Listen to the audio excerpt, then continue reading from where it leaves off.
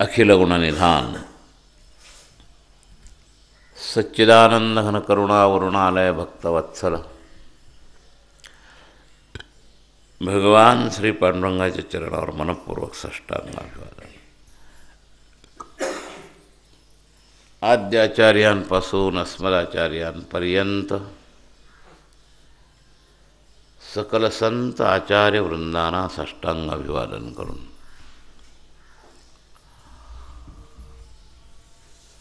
पहाटेच्या पवित्र प्रहरामध्ये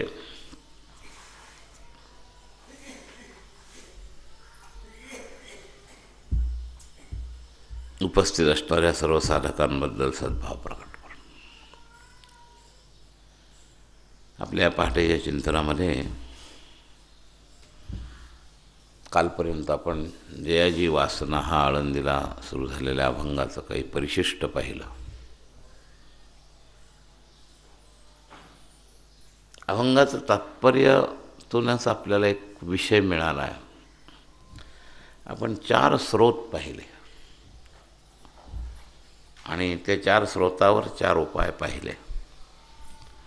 वासनेच्या अंतर्गत वासनेचं आपल्या जीवनात असणारं सक्रिय स्वरूप,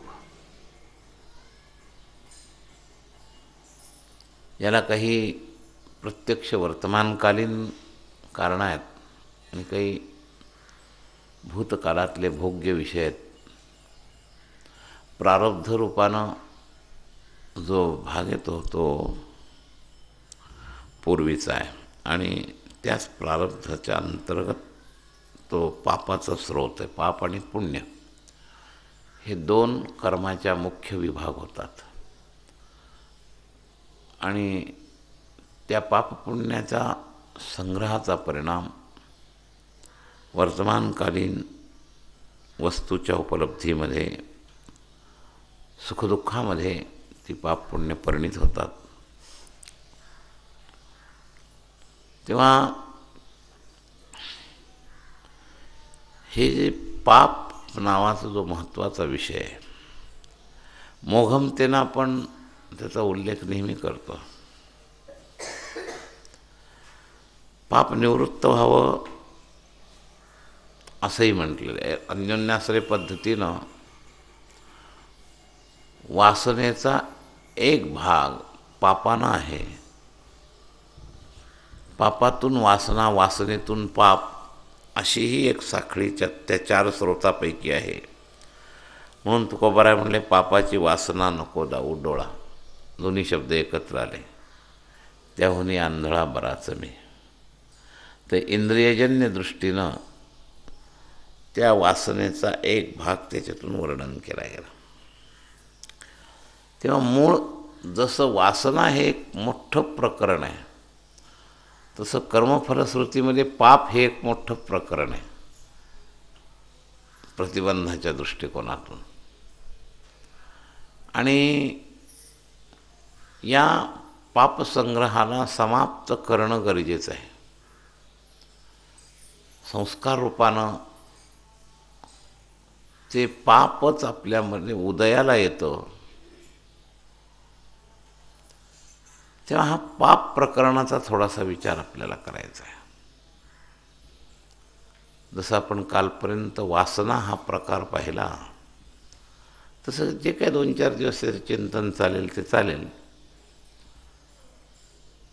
तर यंदाच्या आमच्या फेरीमध्ये, आमच्या फिरतीमध्ये सर्वसामान्य समाजाला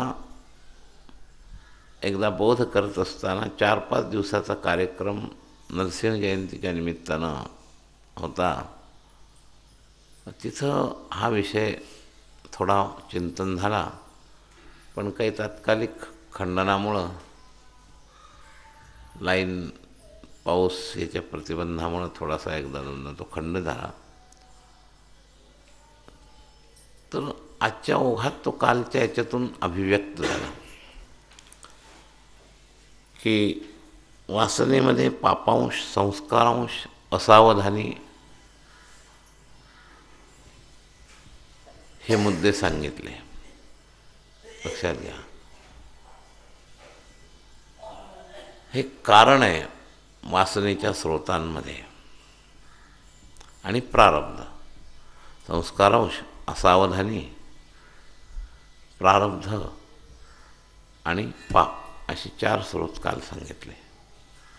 या वासनेचा विस्तार करताना त्याचे स्रोत आणि त्यावरचा उपाय, आणि त्याच्यावर उपाय सांगताना 4 उपाय पण प्रधान झाले. पापनाशाकरता नामस्मरण, कारण खूप ठिकाणी पापनाशाचं उघड संतांनी समर्थन केलेलं जर सूत्र पाहायचं असेल तर नामस्मरण आहे.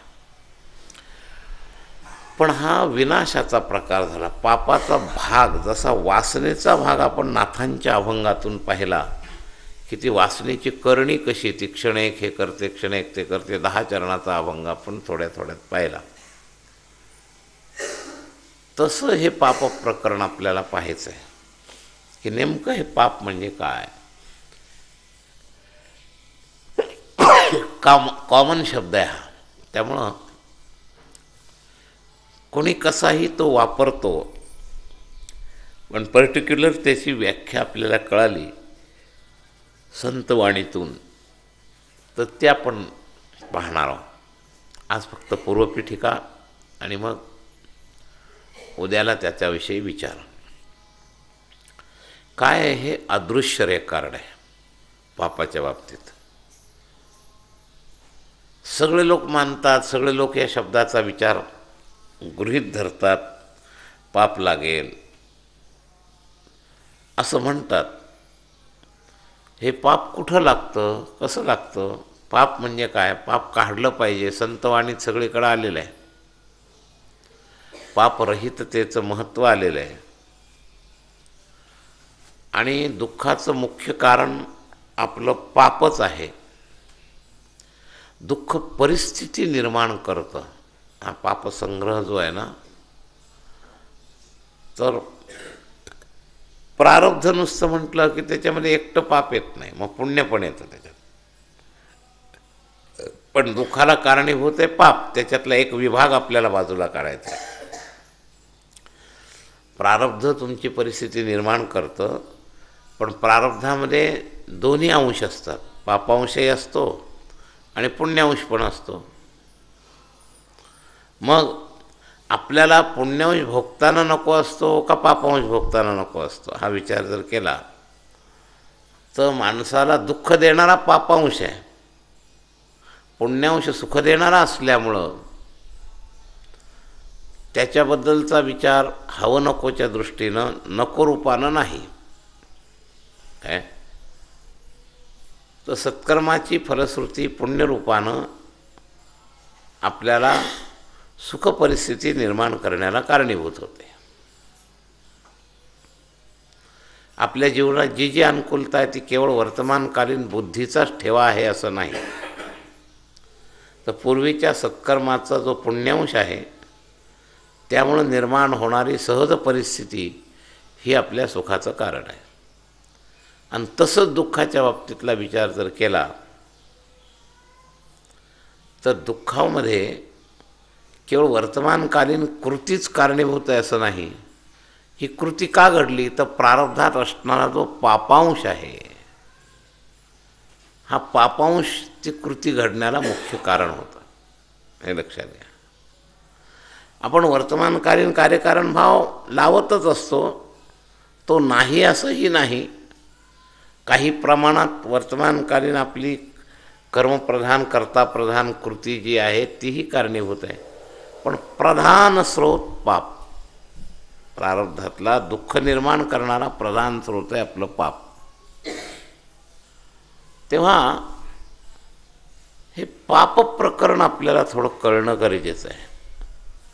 परमार्थ करणाऱ्या लोकांना याचं सविस्तर चिंतन जर झालं तर याच्यावर उपाय करायला सोपं जातं. जसं रोग निदान झाल्यावर उपाय करायला सोपं जातं. पुस्तकं रोगावरची औषधं देतात, रोग निदान करायला पर्सनल डॉक्टरची तपासणी लागते. आणि त्या रोग निदानाचेच खरे मुद्दा आहे करेक्ट जर औषधोपचार व्हायचा असेल, अनुमान प्रमाणाचे औषधोपचार आपण कितीतरी वेळा करत राहतो, ते व्यर्थ जातात. औषधत्व असून सुद्धा चांगल्या माहिती विना जर आपण ते उपचार करत राहिलो, IQ पद्धतीवर, पुस्तकी पद्धतीवर, कधीकधी डॉक्टरांचं सुद्धा थोडंसं अनुमान चुकू शकतं, नाही असं नाही, पण रोग निदान करण्याची जी शक्ती आहे ती डॉक्टर त्या संपूर्ण रोगाची लक्षणं तपासतात. आणि त्याच्यामध्ये काय असतं, बरीचशी समान काही लक्षणं असतात. मग त्याच्यातून नेमका रोग निवडायला थोडी प्रॅक्टिस पण लागते, हे लक्षात घ्या. डॉक्टर काही वेळेला फार मोघम औषध देतात आजच्या काळात. 100 10 डॉक्टर्स असे असतील की ज्यांना निदानशक्ती फार बरोबर असते. आणि निदानशक्ती जर बरोबर, म्हणजे डॉक्टरसुद्धा कमी पडतो, सामान्य माणूस तर कमी पडेल यात काही विशेष नाही, इतके त्याच्यामध्ये ते बारकावे असतात. रोगांच्या ह्याच्यामधले प्रकारामध्ये इतके बारकावे असतात की डॉक्टरसुद्धा कमी पडतो. 10%च डॉक्टरांचं निदानशक्ती निर्दोष असते. तर या निदानशक्तीमध्ये आध्यात्मिक व्यक्तीचा संबंध काय, ही सुद्धा एक डॉक्टर किती म्हणा. तर निदानात गृहीत धरत असताना हे अंगच वैज्ञानिक डॉक्टर गृहीत धरत नाही. पाप हे अंग डॉक्टर कधी गृहीत धरू शकत नाही. ते फक्त वरची लक्षणं गृहीत धरतात, पाप पुण्य हे गृहीत धरत नाही.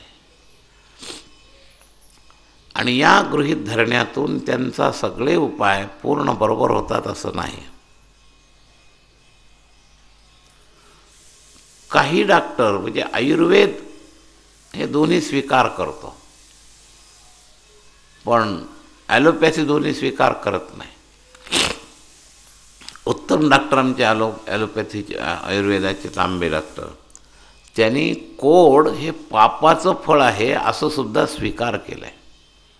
कोडाचे 2 प्रकार त्यांनी स्वीकार केले.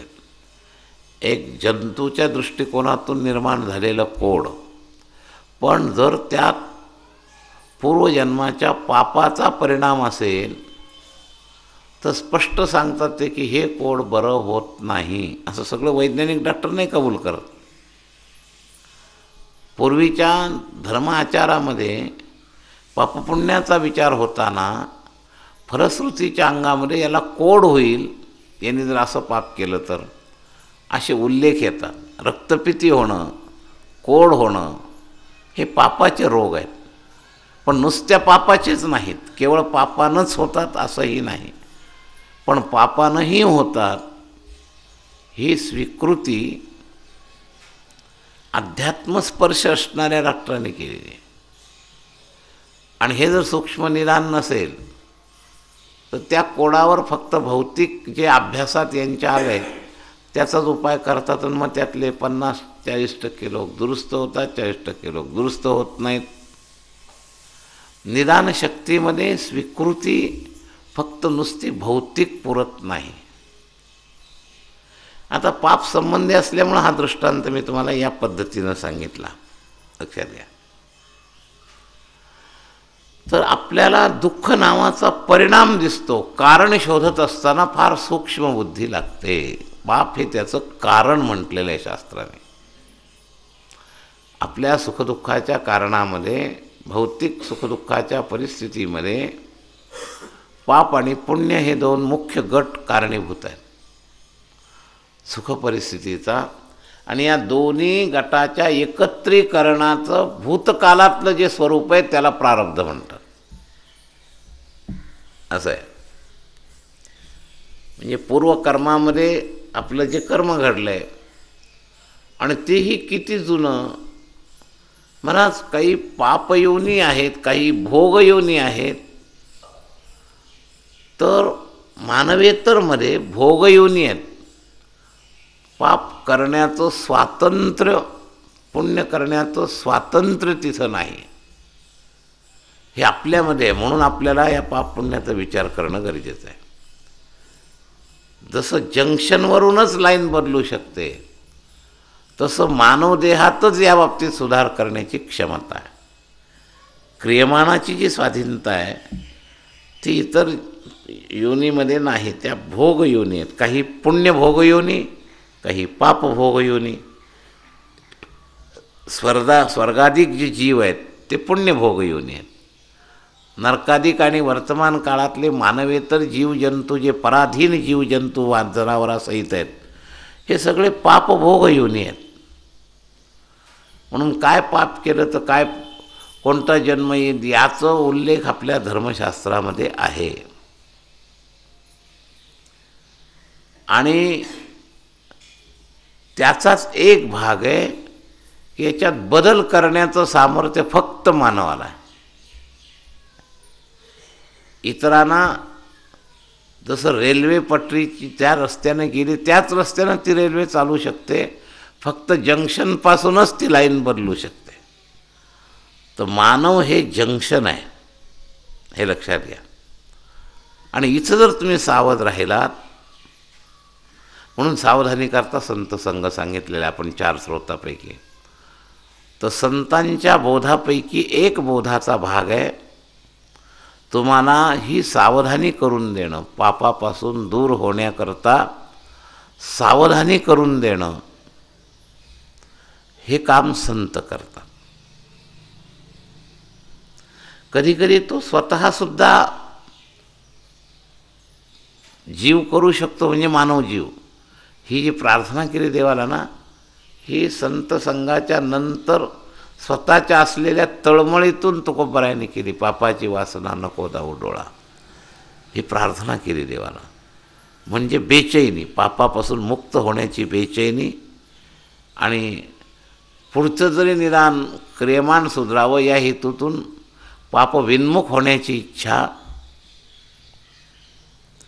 प्रगट करण्याकरता देवाला प्रार्थना केली. पापाची वासना नको डाऊ डोळा, त्यावनी आंधळा बरात. तर तुमचा व्यक्तिगत बेचैनी आणि संत संग हे दोन्ही एकत्र झालं तर याच्यावर तुम्हाला विचार करण्याची पद्धत आहे. संत संग तुम्हाला याविषयीचं चिंतन सांगेल, आणि त्यानंतर मनन निरिध्यासातून त्या पापनिवृत्तीची बेचैनी तुमच्यात झाली पाहिजे. परिणाम कळाला की बेचैनी होते. जसं एड्सचं ज्ञान तुम्ही घेतलं की आपल्याला एड्स होऊ नये म्हणून आपल्यामध्ये बेचैनी सावधानी दोन्ही राहते. काय तर रोगाची बेचैनी, रोगनिवृत्तीची बेचैनी स्वतःच निर्माण व्हावी लागते, पण त्याचं गांभीर्य स्वरूप समजलं जातं ते संत संघामुळं. असं आहे. उपाय पण संत संघाच्या चर्चेतून होतो, आणि स्वरूप पण संत संघामुळं कळतं. फक्त त्याच्याविषयीची निवृत्तीची बेचैनी स्वतःत व्हावी लागते. जसं भूक आतून स्वतःला लागावी लागते, पदार्थ निर्माण केले जाऊ शकतात. संत संघ भूकनिवृत्तीचे पदार्थ निर्माण करू शकतील. ते तुम्ही खाण्याच्या इच्छेकरता त्याचा महिमा सांगू शकतील, पण भूक ज्याची त्याला लागावी लागते. भूक दुसरं कोणी निर्माण करू शकत. म्हणून गुरुप्रचिती म्हणजे संतांचं जे काम आहे ते गुरुप्रचिती, आणि आत्मप्रचिती म्हणजे स्वतःची स्वतःला उद्धाराची भूक लागणं. काही मी उद्धार पावेन, काही कृपा करील नारायण, ऐसे सांगात मी संतजन, करा समाधान चित्तमय. ही भूक लागली, पापाची वासना नको डाऊ डोळा, ही सुद्धा त्या भुकेचाच एक प्रकार आहे. तर स्वयंपाक करणाऱ्यांनी भूक आहे का नाही अशी कल्पना करू नये, स्वयंपाक तयार करावा. ज्यांना भूक आहे ते लाभ घेतील. तसं आमचं काम काय की या पापाचं स्वरूप तुमच्यासमोर वर्णन करणं, त्याचे दुष्परिणाम वर्णन करणं, त्याच्या निवृत्तीचा उपाय तुमच्यासमोर प्रगट करणं, इतकं काम आमचं आहे. तो दुष्परिणाम होऊ नये म्हणून पापनिवृत्तीची खरी आतमूळ इच्छा तुमची तुम्हाला निर्माण करायची. लक्षात घ्या, इतकं काम तुमच्या स्वतःच्या जबाबदारीचं आहे. पण या स्वरूपाबद्दल जे मोघम अंधारात चाचपडणं आहे ते थोडा प्रकाशातमध्ये त्याचं स्वरूप प्रगट करणं, हे काम आपल्या सत्संगातून होऊ शकतं, हे लक्षात घ्या. तेव्हा या पाप या प्रकरणाचा विचार करायचा आहे आपल्याला. आज त्याची पूर्वपीठिका आपण मांडतोय. जसं वासना हे प्रकरण आपल्याला प्रकृतीशी चिकटवून ठेवतं, तसं हे पाप जे आहे ना, हे आपल्याला या दुःखाला कारणीभूत असणाऱ्या प्रपंचाशी चिकटवून ठेवतं. संसारामध्ये दुःखांशच जास्त आहे, दुःख बांधवडी आहे हा संसार. सुखाचा विचार नाही कोठे, संसार दुःख मूळ, चहूकडे इंगळ, विश्रांती नाही कोठे, रात्रंदिवस तळप. सुखांश थोडा आहे, सुख पाहता जवा पाडे, आणि दुःख पर्वता एवढे, असं या संसाराचं स्वरूप आहे. संसार दुःख मूळ, दुःख बांधवडी आहे हा संसार, आणि सुख पाहता जवा पाडे, दुःख पर्वता एवढे, असं हे याचं स्वरूप आहे.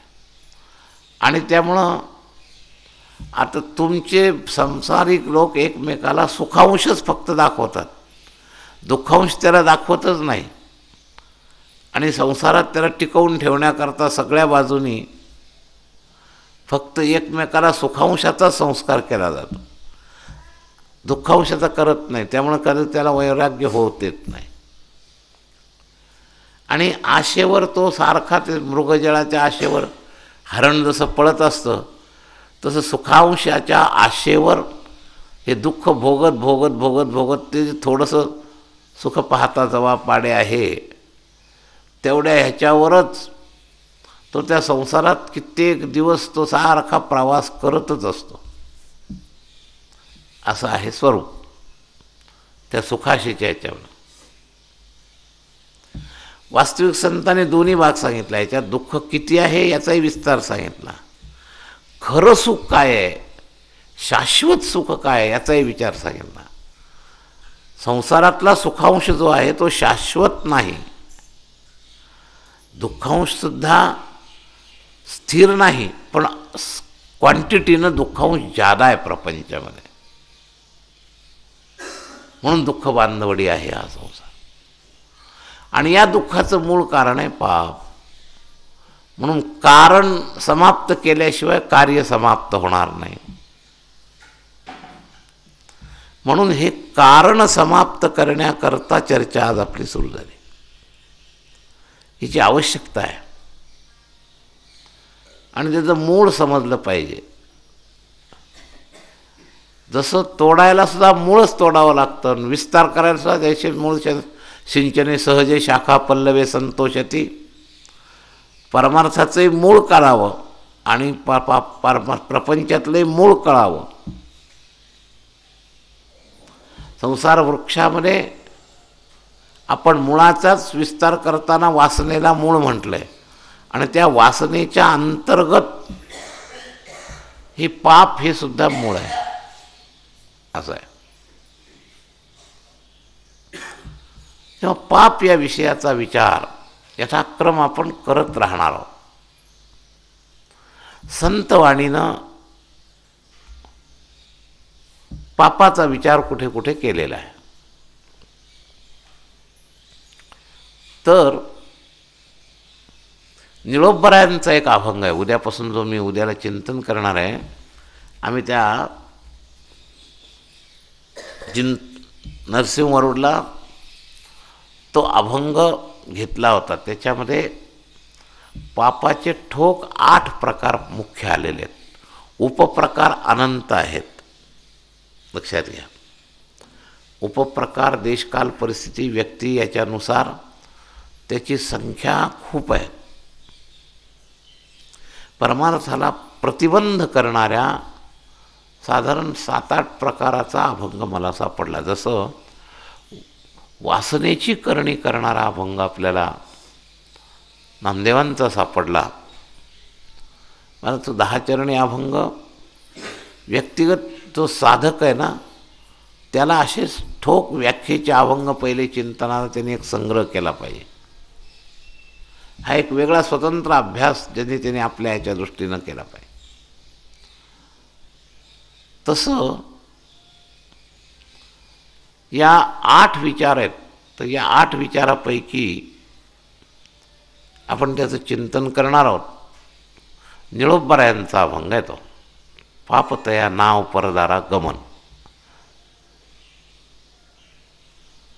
इथून तो अभंग सुरू होतो. उद्याला आपण त्याचा विचार करू. आज काय आपण त्याचा मूळसुद्धा विचार करू शकत नाही, समय आपला संपत आलेला आहे. तर हे ठोक म्हणजे कसं, ज्याला धर्म माहिती नसतो त्याला साधारण, जसं पूर्ण शास्त्र माहिती नसतं त्याने काय करावं, तर यद्यदाचरते श्रेष्ठ. शास्त्र जाणकार संत आहेत आणि ते जसं आचार करतील तसं आपण करा, म्हणजे तुमचं जीवन शास्त्राचारी होईल. संत शास्त्राचारी असतात, आपल्याला शास्त्राचे तपशील माहिती नसतात, म्हणून संत वागतील तसं तुम्ही वागा. जे अनुकरणीय संत आहेत, संताचे पुन्हा विभाग पडतात, पण श्रेष्ठ शब्द जो वापरला तो अनुकरणीय शास्त्राचारी संत. काही याच्या पलीकडच्या कक्षेत गेलेल्यांना ती बंधनं नाहीत, त्यांच्या जीवनामध्ये एक स्वतंत्र भाग आहे. त्यांचा आचार आपल्याला आकलनसुद्धा होत नाही. त्यांचं दर्शनच दर्शनी प्रशस्ती पुण्यपुरुषा असे गजानन महाराजांसारखे काही महात्मे असतात की त्यांचा तपशील पाहायचा नाही, ते त्याच्या पलीकडे गेल्यामुळं गुणातीत व्यक्तीला गुणात पाहू नये. तसं काही सिद्ध संत हे असे असतात, पण जे सामान्य समाजाला वळण लावायकरता आलेले आहेत, काय अवतार घेतलेला जो आहे ते संतांचं जे आचरण असतं ते शास्त्राचारी असतं, अनुकरणीय असतं. आणि मग ज्याला शास्त्राचा बारीक तपशील कळत नाही त्यांनी फक्त असं करावं, त्यांच्या मागं चला. तुका म्हणे चाल वेगेन जाऊ तयाच्या मागे.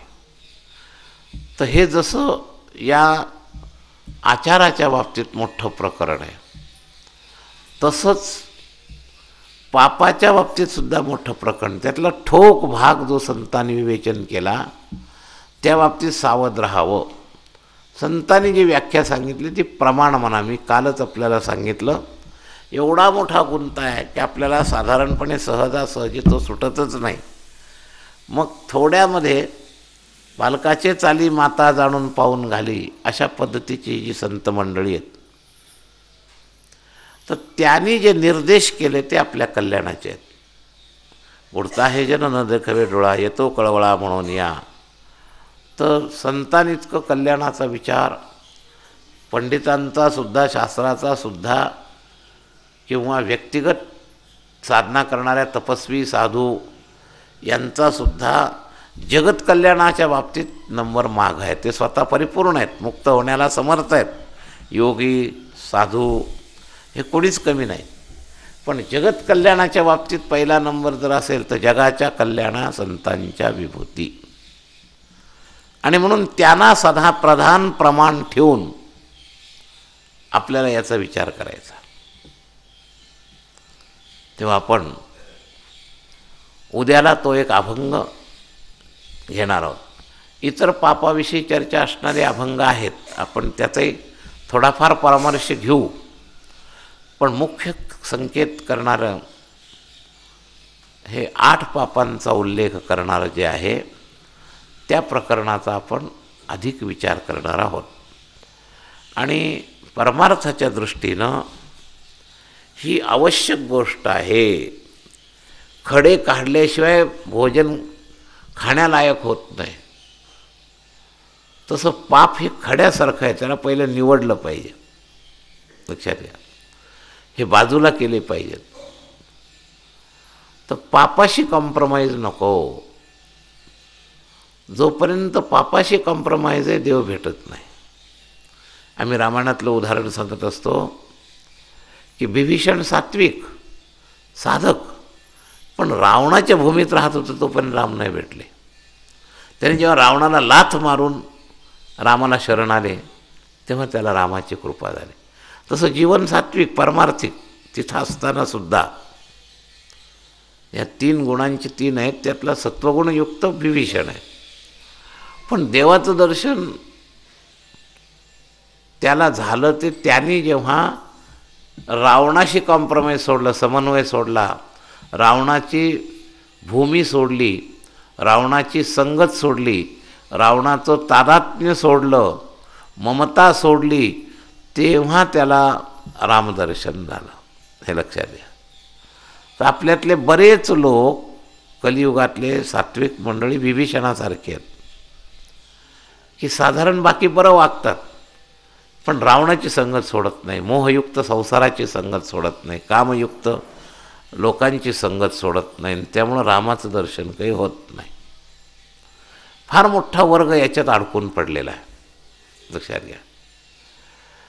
तसं हे पापाचं स्वरूप आहे, कामाचं स्वरूप आहे रावण. तसं हा संसाराचा बराच अंश, दुःखांश जो आहे तो या पापाच्या भरपूर संग्रहामुळं हा दुःखांश आपल्याला दुःखामध्येच अडकवून ठेवतो आहे, परमात्म्याकडे जाऊ देत नाही. म्हणून याचं चिंतन आवश्यक आहे साधकदृष्ट्या. तर या साधकदृष्ट्या या विषयाचा विचार आपण उद्यापासून करूया. आजचा समय संपावत आला. पुंडरीक वरदा हरिविठ्ठल श्री ज्ञानदेव ज्ञानेश्वर महाराज की जय. नाम भगवान की जय. जय जय श्री राधे.